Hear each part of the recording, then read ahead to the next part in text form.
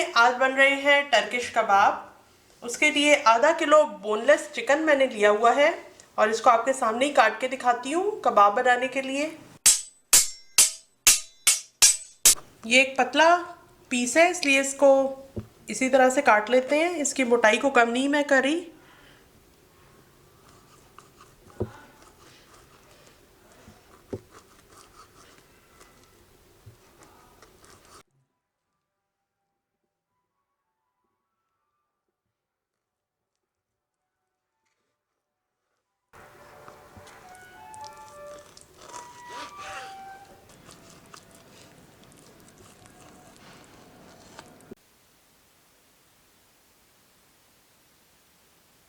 Chicken pieces को cutting करने के बाद मैंने इस प्याले के अंदर शिफ्ट कर दिया है और अब इसके अंदर मैं 1 खाने का चम्मच सिरके का ऐड कर रही हूँ। थोड़ा थोड़ा करके पूरे चिकन के ऊपर डालती हूँ।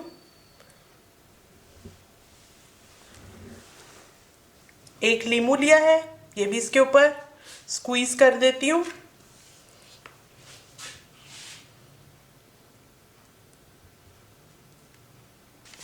मिक्स करें। अब मैरिनेट तैयार करने के लिए इस प्याले के अंदर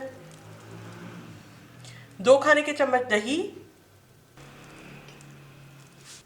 1.5 चाय का चम्मच नमक, आधा चाय का चम्मच पेपरिका पाउडर, ये सुर्ख शिमला मिर्च का पाउडर होता है, आधा चाय का चम्मच कुटी लाल मिर्च, आधा चाय का चम्मच काली मिर्च पाउडर, आधा चाय का चम्मच जीरा पाउडर, 1 चुटकी दालचीनी का पाउडर, 1 चाय का चम्मच लहसुन का पेस्ट, 1 खाने का चम्मच टमाटर का पेस्ट। टमाटर को मैंने ग्राइंडर में डाल के इसका पेस्ट बना लिया है। अब इसको अच्छी तरह से मिक्स कर लेती हूँ।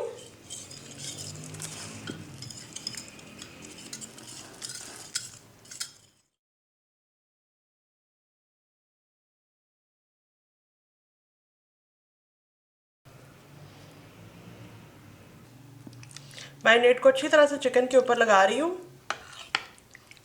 1 खाने का चम्मच जैतून का तेल,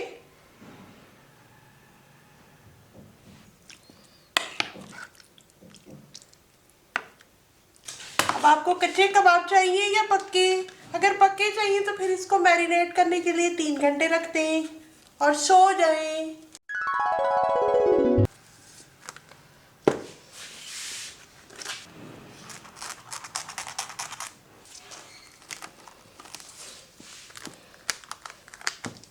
तीन घंटे के लिए मैरिनेट करने के लिए फ्रिज में जा रहा है। 3 घंटे के बाद फ्रिज से मैंने चिकन को बाहर निकाल लिया है। कबाब बनाने के लिए स्टिक्स पे इसको लगाते हैं। गलती से राइट हैंड में मैंने पहन लिया था ग्लव, अब मैंने लेफ्ट में पहना है। बारबेक्यू स्टिक्स के ऊपर मैं चिकन पीस को लगा रही हूँ। इस तरह से हमने इसको लगाना है कि चिकन का ज़्यादातर हिस्सा जो है वो स्टिक के ऊपर ही रहे। अगर आप इस तरह करके लगाएंगे तो ये देखिए ये नीचे गिर रहा है, और इस तरह से गुजारना है कि ये बैम्बू स्टिक के ऊपर ही रहेगा, इस तरह।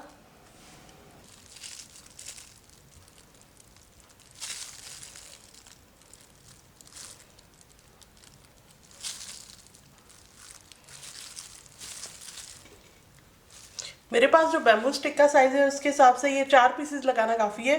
अगर आप छोटे बनाना चाहते हैं तो आप इसी स्टिक को तोड़ के 1 स्टिक पर 3 भी लगा सकते हैं। तो इसी तरह से मैं सारी स्टिक्स तैयार कर लेती हूँ।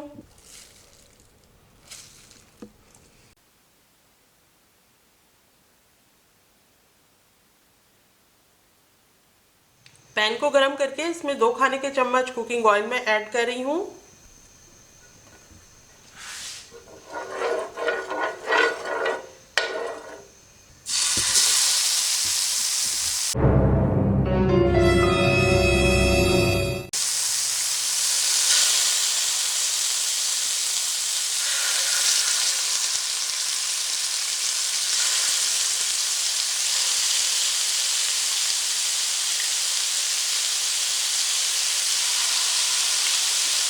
अगर आपके पास छोटा पैन है तो आप एक वक्त में 4 स्टिक्स डाल के भी इसको कुक कर सकते हैं। अब दरमियानी आंच में पका रही हूँ ताकि चिकन को कुक होने का मौका मिल जाए, कच्चा ना रह गया। फिर आप मेरे से शिकायतें करें कच्चा रह गया, सही नहीं बताया, रेसिपी नहीं अच्छी थी, वगैरह वगैरह। ये नहीं मैं चाहती हूँ आपकी चंगी चीज बन के तैयार हो। 2 मिनट के बाद मैं इसकी साइड को चेंज कर रही हूँ।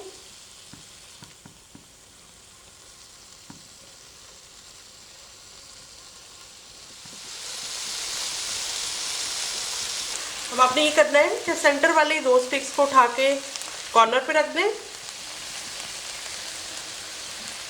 और कॉर्नर वाली जिनको कम हीट मिल रही है उनको सेंटर में कर दें ताकि सब इक्वली कुक हो सके।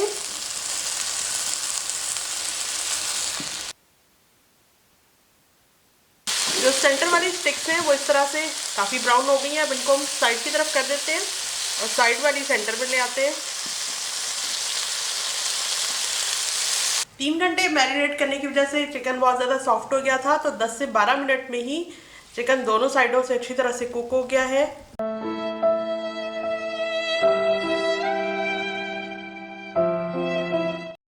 ये देखिए साइड्स को इसकी पलट पलट के इस तरह से ये डार्क ब्राउन जो स्पॉट्स आए हैं, आहा देख के स्वाद आ गया।